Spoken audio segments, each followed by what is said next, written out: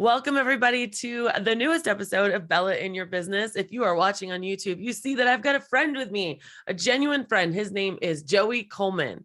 This man is incredible. He wrote this incredible book called Never Lose a Customer years ago that helped change the process of customer experience in so many pet sitting and dog walking companies and in Jump Consulting. So when I say I'm excited for his next book coming out, I'm like, that's an understatement. Okay. But if you're joining us for the first time and you recently started your business and you don't know Joey, for almost 20 years, he's helped organizations retain their best customers and turn them into raving fans via his entertaining and actionable keynote workshops and consulting projects. He has a long history of energizing and motivating audiences to enhance their customer experiences. And he's an award-winning speaker. Yes, they do have speaking contests at both national and international conferences. Joey, aren't you like this? I feel like this is understating your things, because I'm pretty sure I saw you got a major speaking award.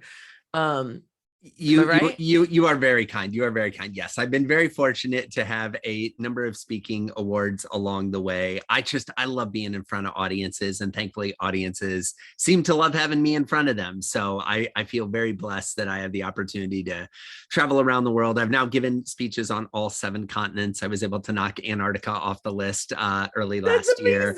So super excited about that. That was number 7 out of 7. And yeah, it's been an amazing experience, to say the least. And I have to just brag on you too, because your accolades include like Secret Service and like major you're the most eclectic person I know. And we met because you were the keynote at Social Media Marketing World way back when. I don't remember. Pre-COVID, like it feels like 1,000 years ago. My God. Yeah. And you got up on stage, you're like, I don't have social media. We're like, wait, what? But I remember the audible gasp in the audience. I remember walking on stage and I was like, I want to tell you about my social media following. I have 117 followers on Twitter. And there was an audible gasp because people thought I meant like 117,000 or 117 million. I was like, no, 117, because I just got on Twitter 2 days ago and a bunch of you decided to follow me because I was speaking here. So yeah, I've never been a big social media guy, but was honored to speak at Social Media Marketing World. I'm just so happy to meet you there, because that was the antithesis of all of it. Marcus Sheridan was like, you need to meet this man. And I'm just so grateful for that. Because that book that you were also talking about there was the Wall Street Journal's #2 best time seller. Guys, that's not easy to do. Okay. And we love Joey so much that I'm going to be putting it right out there. We're going to have a really special offer for you at the end that involves, if you pre-order his book that's coming out, which I have already done and you should too, then you get some extra special Joey time, and I'll be there too, but we're all going there for Joey. The best part is that you'll be there, Bella. That's the main reason I'm doing it. We're a mini training in our industry. And that's the cool thing too about you, Joey, is that you understand the pet sitters and dog walkers. So I'm so happy to have you here. We have a whole bunch of different kind of points to go out. I'm not going to go in any particular order. I want to start with the one that just really knocked my socks off. And I was like, you're so right. And I'd love to hear more about this. It was, you said your offer letter should be like an invitation to the best place they'll ever work, not a memo from a lawyer. And I think 99% of us do this wrong, right? So can you expand on that? Well, and I should say from the outset, I'm a recovering attorney. So this isn't a bash on lawyers, right? The first step's admitting you have a problem. There's 11 steps after that. But here's the thing. So many organizations go through this unbelievable recruiting and hiring process, right? They job post, they get applications, they do tons of interviews, and then they find their person. And they're super excited because they finally found their person. And what do? They send them boilerplate drivel. They send them something that feels like it was written by a lawyer. It has no enthusiasm. It has no excitement. It's very technical. Now, I understand, depending on the jurisdiction you're in, you are required to state certain things in the offer letter. But that doesn't mean they need to be stated in a boring, legalistic way. Instead, what I like to encourage people to think about is the best wedding invitation you ever received. So let's just pause for a second. Think of the best wedding invitation you ever received. I bet it came in the mail. It might have even had raised ink. It was an envelope inside of an envelope inside it. You kept opening envelopes. It was like the Russian nesting dolls of envelopes. And you finally got to this invitation that left you thinking, there is nowhere in the world I want to be more than this place to celebrate the beginning of this journey. And you moved heaven and earth to attend this wedding and to join in the celebration, to join in the festivities. Counterbalance that emotional feeling with the feeling somebody would get reading your offer letter. And my gut instinct is it's not the same type of feeling. I'm not talking about making huge changes to your HR policies.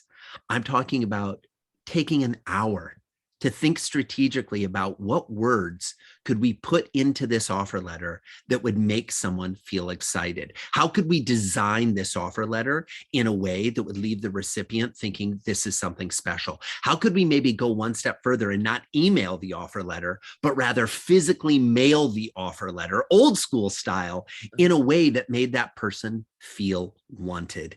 Because at the end of the day, we all want to feel wanted. And if you want that candidate to accept your offer, make them feel wanted. Yes. Yes. I love the imagery of that because we can all relate to that kind of feeling, that excitement. And it's one tiny thing that makes a big difference. Love it. I love that so much. You also mentioned that every employee has the potential to go through 8 phases during their employee journey.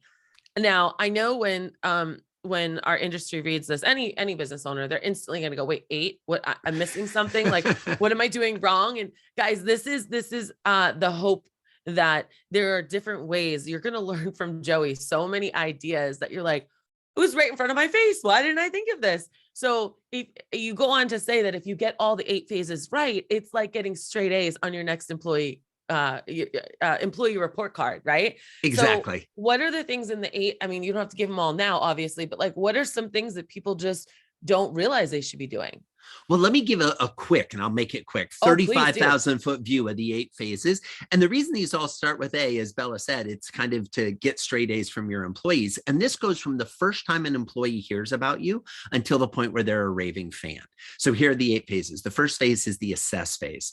This is where a prospective employee is trying to decide whether or not they should enter into your interview process and come work for you. They're looking at job postings. They're doing interviews. They might be meeting with a recruiter. They're checking out your website.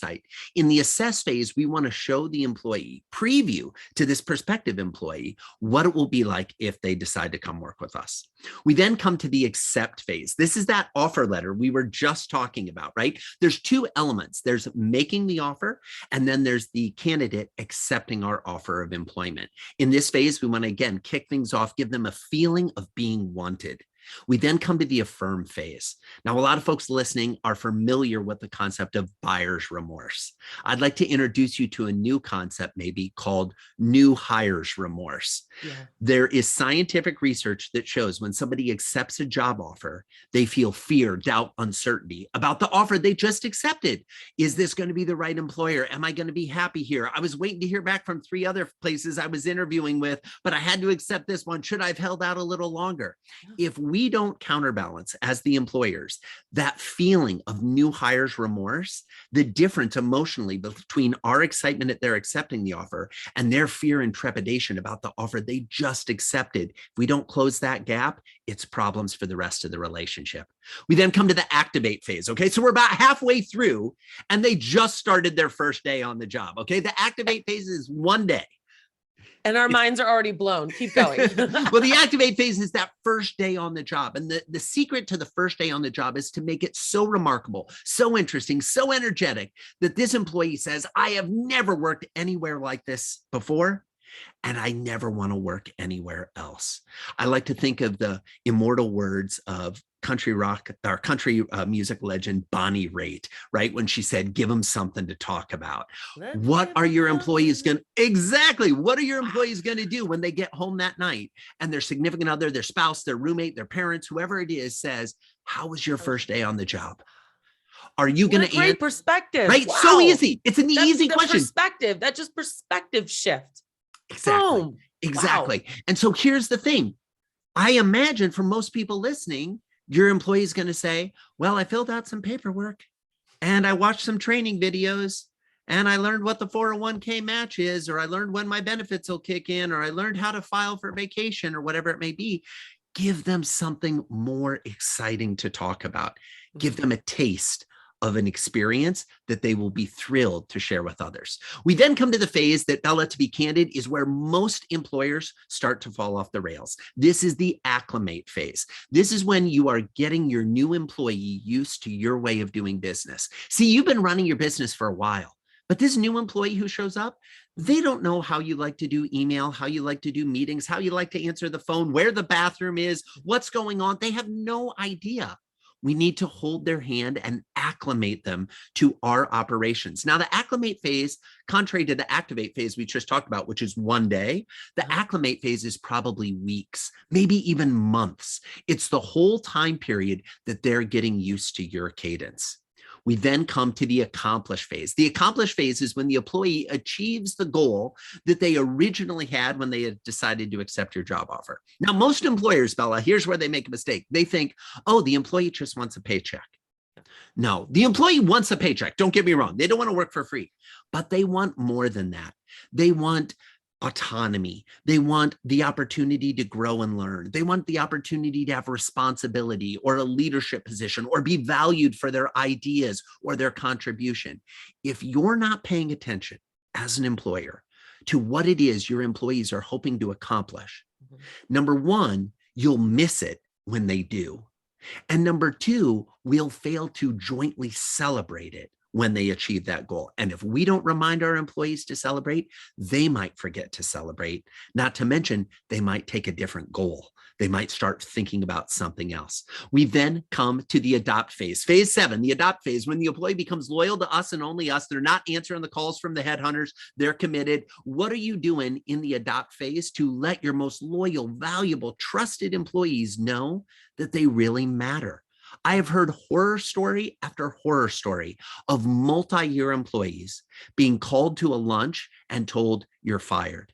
I've heard horror story after horror story of employees who have given and given and given, not getting the same type of treatment or perks or benefits or attention that an employee on their first day gets.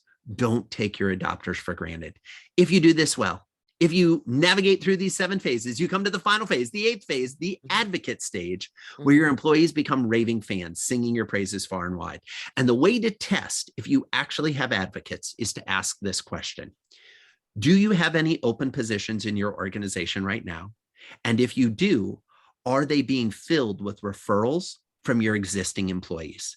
If your employees aren't actively getting their friends, their colleagues, the smartest people they've ever met to come work with them, your business is not as successful as you think it is, and you don't really have advocates. So those are the 8 phases.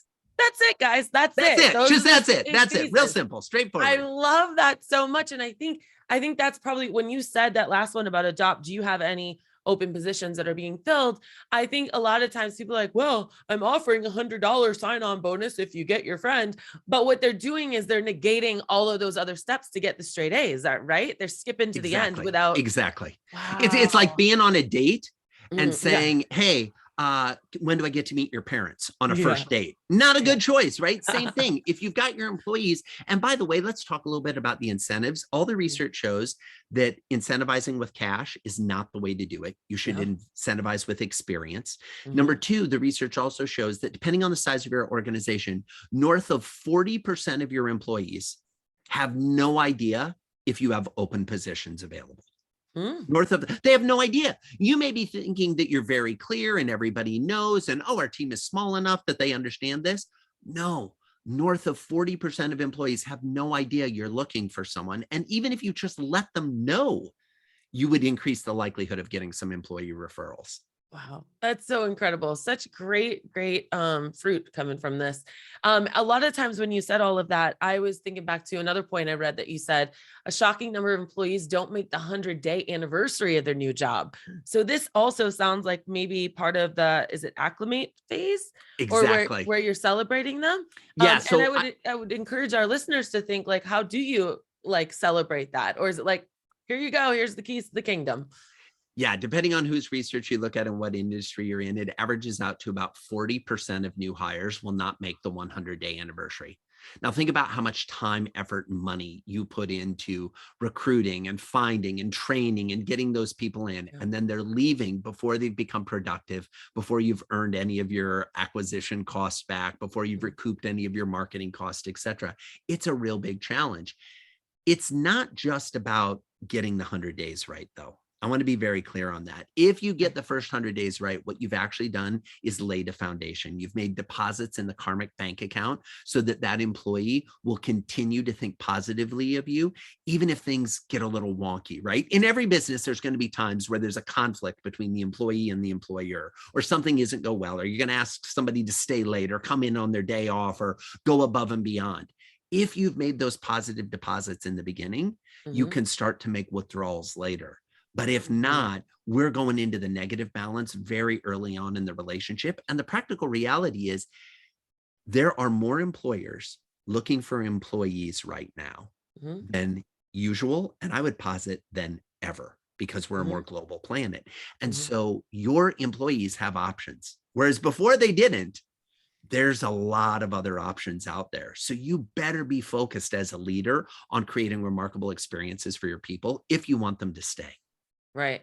So there's so many things going on in my head right now, because you talked about Bonnie Ray earlier about, how to create a remarkable first day on the job. So what would be examples of that? Like how would one do that? Oh, there's so many ways, and these things don't have to be expensive. So let me tell you a quick story. This is one of the case studies in the book. There's over 50 case studies in the book from all 7 continents. One of them is from a company in Canada called Jam, and they basically run sports networks. So think of this as like, hey, your local kickball league that you're kind of meeting other people in, or they do virtual events for large corporations. They have what they call the high five tunnel. Here's how it works. Your first day on the job, you show up at 10 a.m. You're told to come at 10 a.m. All the other employees come at 9 a.m. to get ready. You pull into the parking lot at 10 a.m. and your new boss is standing outside to meet you. So you're not walking into the building wondering which way do I go. They're outside ready to greet you.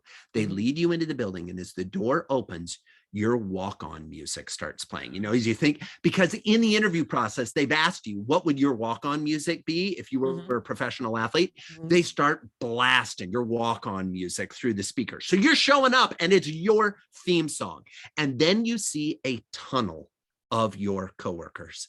And these folks are all lined up to high five you as you run through the tunnel. You get to the other end of the tunnel and they lead you into a big conference room where all of their employees who work remotely are up on the screen, cheering and singing your name. The walk-on music is still pounding. Everything's great. Everybody's, happy to see you. They ask you some fun, playful questions to get a little bit for your personality. And then they give you your rookie hoodie. Now, again, this is a sports related team. Yep. You get a rookie hoodie that you wear at the next high five tunnel and at all team meetings and those type of things going forward. And then on your 1-year anniversary, you get your Jam hockey sweater. So it's a full hockey thing with the year that you joined the organization and your name on the back. And that's what all the veterans are wearing in the high five tunnel. This is something that doesn't cost a lot of money. On day one, you feel like you're part of the team. You feel like you're being celebrated. And can you imagine, you're 15 minutes into your new job, your heart rate is pumping, you feel seen, you feel appreciated, you feel valued. That's how you create a remarkable day one experience. Wow, that is so incredible. Like I can imagine all of that. I can also imagine how they feel like they belong and that there's also a track for them to follow and achieve more. And now they're part of the cool kid club, and they get to do it for other people and pass it on. And that is just goosebumpy. And like you said, that doesn't cost a lot at all. No, I mean, sure, the swag costs stuff, but the high five tunnel is free. The playing their walk-on song is free. The standing outside to meet them at their car instead of having them come in and be like, where's reception? What floor am I supposed to be going to? All of that's free. It just requires a commitment of intentionality, right? And Deciding this matters. Yeah, exactly. A lot of our pet sitters use pet care team training, which is like a certification for dog walkers and pet sitters. And with that, they also give quarterly blueprints. So for quarterly meetings. So you guys, if you're one of those doing these quarterly meetings, this is also a great way to push it in there. And so you have these meetings and these are things that you can, oh my God, I love it so much. Okay. We are running out of time and I've got like 20 more points I want to go through. But this is the last one I'm going to do for you, Joey. And you guys, I have an amazing offer for you coming up right after this. But Joey, you said that your job description should read like an enticement to join an organization that's bigger than yourself, not a shopping list. And I know this is one area that so many of our pet sitters and dog walkers, business owners in general, struggle with, right? Because we have to be legal, but like, how do you still make it like that love note that like gets people yeah, it's bigger than yourself. How do we do that? I think the main way we want to do that is don't be afraid to let the spirit of your brand, the personality of your brand, show up in your job description. Yep. Don't be afraid to let it show up in your advertisement. There's a great example in the book from a company called Verblio. Okay, it's a copywriter company, so they're really good with words, but their descriptions are all about the fun things you'll do. And it's like, yeah, and get ready to join one of our Slack channels, depending on what your hobby is, like our Green Thumb Slack channel for all of our members that are gardeners. Get ready to wear, Friday casual days where we knock off early in the summer to go mountain biking or hiking or just have some time at the pool or whatever it may be. They're presenting the excitement of being part of this group and part of this mission in the same breath that they're talking about. And we hope you have this level of experience and your job responsibilities will be this and your duties. It's just recognizing that employees care more about the type of people they're going to work with and the type of environment they're going to be working in than they do the, oh, do you have this degree? Have you taken this many Excel spreadsheet course, certifications, et cetera, et cetera. Yeah. I'm not opposed to including those things. I just want your personality in there as well. I love that this is probably going to be so uncomfortable for so many of us because we focus so much on clients, right? And it was funny because as we were going through your first book, or well, the book before this one, Never Lose a Customer, a lot of us were saying, we could probably use this for employees too, just as you can use marketing. And I think as being a business owner, our heads are spinning and we're down in the weeds and we don't ever actually take a step back to say, hey, yo, I'm a human and I just hired another human. Let's be human. Right? Exactly. And Bella, it's so true. The human piece of this is so important. And I'll just plus one and add on to what you said. I get that it's hard to be a business owner. I've been a business owner for 20 plus years. I get that it is incredibly difficult. But here's what I've learned.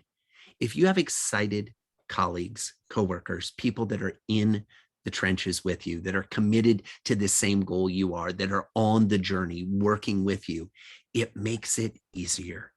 It makes it easier to deliver a remarkable experience for your clients. It makes it easier to push through the hard times. It makes it easier to realize your vision. So I am all about finding the right people. That starts at the beginning in the assess phase, and then continuing to remind them how much they mean to you throughout the entire journey so that everybody's interests are aligned and we're all working towards the same end goals. I've never been so excited for a book to come out. Oh, you're very kind. I'm excited too. And I want to invite all of our listeners and everyone in our Jump Orbit sphere to come join us on June 2nd at 1 p.m. Eastern. Joey is going to do a special mini training for everyone who has pre-bought the book. So that's coming up in just a couple of weeks. But what you could do is you can go straight to Amazon and just search Never Lose an Employee Again, and you can find it there or anywhere else you get books. We will put the link in the show notes. And what you're going to do is you're going to take your receipt and email it to faith@joeycoleman.com. And she's going to give you that exclusive access to join us. You guys, you're not going to want to miss this. He is so motivating. He is so inspiring. The mindset shift that happens every single time Joey talks to us is incredible. You literally do not want to miss this. And of course, if you can't happen to make it on that day, we will have a recording that we can send to you. But I highly encourage you to do this. This is not going to be like anything else you've ever seen out there. It's going to be magical. Joey, thank you so much for your time. And I feel like you don't even need it, but I'm still going to send it all the luck and the success with this book. We are so behind you. We love you since the first book and all that you've done to help support the pet sitters and dog walkers of the world. So thank you. Oh, Bella, it is my pleasure. And thanks to everybody for listening and watching. And I hope you'll come join us. Here's my promise to you. If you buy the book, Bella didn't even know I was going to do this, but if you buy the book, which gets you access to the training, and you do the training, because the training happens before the book comes out, you're getting access to stuff 4 weeks before the rest of the world is going to get access. So you're going to be ahead of the competition. You're going to be out on the edge of the conversation. If after that training, you're like, yep, nope, I just don't see the value. I just don't see how this is going to help my business. Or Joey, you don't understand, with my operation, this stuff won't work. You private message me and I'll buy the book back off you. So it'll cost you nothing and you'll still get to come to the training. And if it works for you, great. We'll support you going forward. If it doesn't, no harm, no foul, 100% guarantee return on your investment. You literally have nothing to lose, you guys. So let's get jumping and let's get in there because I want to pack this training. This will be fun. Joey Coleman, you are amazing. Guys, go buy his book, Never Lose an Employee. Again, it's on pre-sale right now. It comes out, is it June 27th? June 27th. So yep, it's coming soon. I can't wait. Joey, thanks so much for being here. You guys remember, when life gets you down, always keep jumping. Bye now.